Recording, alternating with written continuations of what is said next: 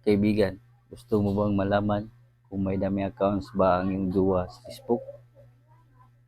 Sa pamamagitan lamang ng ating Facebook account, makikita at malalaman natin ang mga iba't ibang Facebook account.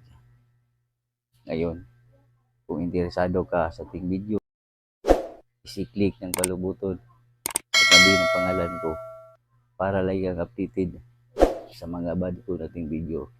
At subscribe mo na rin ako para personal mo akong ma-message sa mga ganitong tutorial.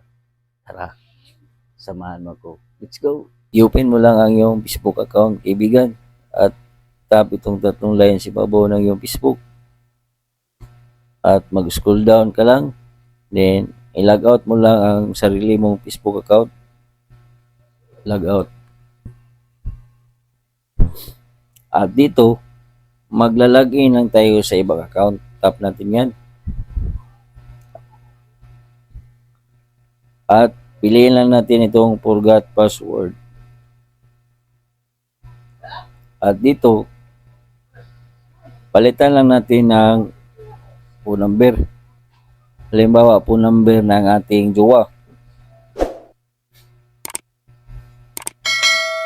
Yan. Then, continue. At dito, lalabas ang mga dami accounts ng iyong jowa pag nilagay mo ang phone number niya. Okay? Ito ang unang paraan. Back lang tayo. At i-delete lang natin ito. I-tap natin itong search by email. At dito, ilagay natin ang email niya. Yan. Pag nalagay mo na ang email, tap mo lang itong continue. At ganun din, lalabas ang mga dami account niya sa Facebook account, yung mga Facebook account niya. So, magkatulad lang sila sa phone number at email. Walang kawala si jowa. Huwag kalimutan i-share ang ating videos. Tandaan ang kalaman ay kayamanan. God bless sa lahat.